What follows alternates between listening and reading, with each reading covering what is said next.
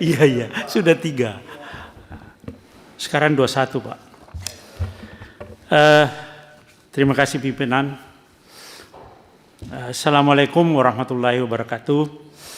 Yang terhormat pimpinan Komisi 3, anggota Komisi 3, Pak Prof. Suparji, dan Bapak Dr. Barita yang saya hormati. Sejak dibentuk Panja Reformasi Polri, Kejaksaan, dan Hakim, saya mencoba untuk merenung-renung gitu Pak ya. Apa sih yang sebetulnya sekarang kan di pemerintah juga sedang bergulir reformasi Polri gitu ya Pak. Polri sudah dicanangkan reformasi Polri yang seperti yang Prof tadi sampaikan, itu sudah ada buku biru. Itu sudah dipikirkan oleh pakar-pakar waktu itu, yaitu struktural, instrumental, dan kultur. Kalau saya lihat yang gampang itu adalah instrumental dan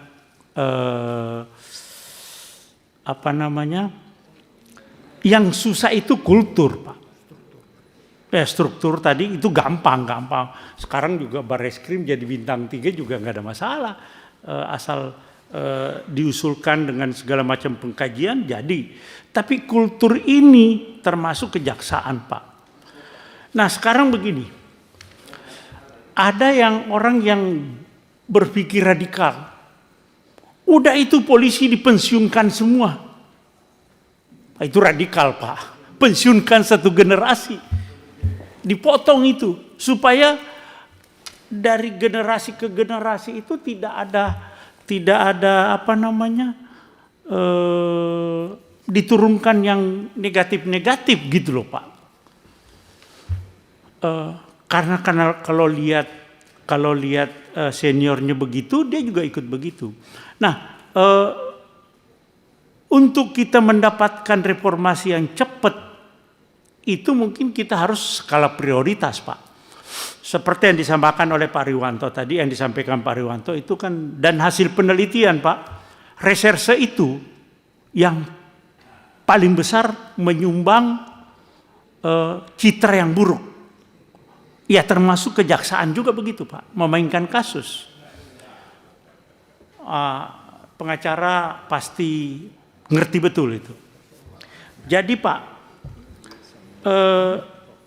mungkin kalau dipotong satu generasi itu juga terlalu ekstrim. Nah sekarang begini, ada pemikiran yang hukuman yang tegas. Kira-kira nanti hukuman yang tegas seperti apa? Yang tadi Bapak sampaikan juga, kultur itu direformasi secara radikal. Mohon Prof nanti dijelaskan yang mana yang dimaksud. Tapi menurut pikiran saya, itu Pak, siapa yang melanggar, kalau nggak dipecat, diturunkan pangkat, seumpamanya. Nanti perumusannya seperti apa. Tetapi, kita jangan lupa, kesejahteraan harus ditingkatkan. Kira-kira gaji polisi jaksa itu berapa sih? Supaya mereka tidak mau lagi memainkan kasus, Pak. Ini susah. Kasusnya triliun, gajinya hanya sekian juta, Pak. Dia bawa pulang. Sekarang kan sudah ada tunjangan kinerja, tapi itu tidak ngangkat, Pak. Kalau mungkin gajinya 300 juta seumpamanya per orang, mau disogok juga nggak mau mungkin, seumpamanya. Nah ini kan ada hitungan-hitungannya nanti. Nah ketika dia memainkan kasus, pecat. Hukuman yang tegas, tetapi kesejahteraan harus ditingkatkan. Nah tentu kan negara-negara luar juga begitu, tapi memang gajinya cukup tinggi gitu loh Pak. Nah kan tentunya juga akan kita pikirkan kondisi keuangan negara. Seperti apa sih? Ya mungkin bertahap. Tetapi yang susah banget kultur, Pak. Kultur. Dia gajinya sekian. Terus di daerahnya ada tambang, Pak. Tambang itu ngasihnya ratusan miliar per bulan. Siapa yang nggak mau ngambil itu, Pak? Ini yang mungkin kita harus pikir. Keras, tegas, tapi kesejahteraan harus. Nah, mohon kira-kira perimbangan seperti apa ini supaya berubahlah. Kalau pengawasan, Pak, memang oke lah. Nanti kita mungkin akan bicara sampai pengawasan. Kompolnas, Propam, Wasidik, atasannya. Enggak kurang-kurang pengawasan, tapi ujung-ujungnya yang mengawasi dengan yang diawasi enggak jelas, Pak.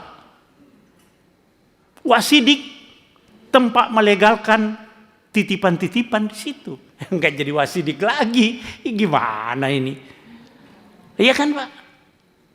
Saya berpikir apa sih yang harus dilakukan terhadap Polri supaya Polri betul-betul gajinya berapa? Terus di depan matanya lalu lalang duit banyak, Pak, duit besar. Ya diambil, Pak. Maksud saya ini mungkin suatu pemikiran seperti apa. Ini juga dulu pernah dibicarakan itu, tapi kita coba mengangkat. Kalau pendidikan, mulai dari rekrutmen ya Pak ya, saya bicara rekrutmen polisi supaya polisi ini betul-betul mendapatkan sumber daya manusia yang berkualitas. Rekrutmen baru ke pendidikan. Dulu pernah saya mencoba membersihkan di Jawa Timur, Pak. Apa kata orang anggota-anggota yang selama itu sebelum itu udah yang sebelumnya suruh bayar-bayar orang masuk polisi, sudah tunggu saja Pak Safarudin pindah, paling 2 tahun sudah pindah, kita balik lagi karena uang besar Pak di situ. Kalau di Madura itu Bintara 100 sampai 200 juta Pak. Dia jual sapi dengan sawah, kebun. Bintara, Pak. Nah, ini kan problema semua, Pak, yang harus kita ini benang yang kusut ini, Pak. Saya kira itu, Pak. Ini usulan saya pencerahan bagaimana ini kita diskusi, Pak, untuk kepentingan Polri ke depan. Supaya Bapak tahu saya mantan anggota Polri, Pak. Pensiunan Polri, berada di DPR.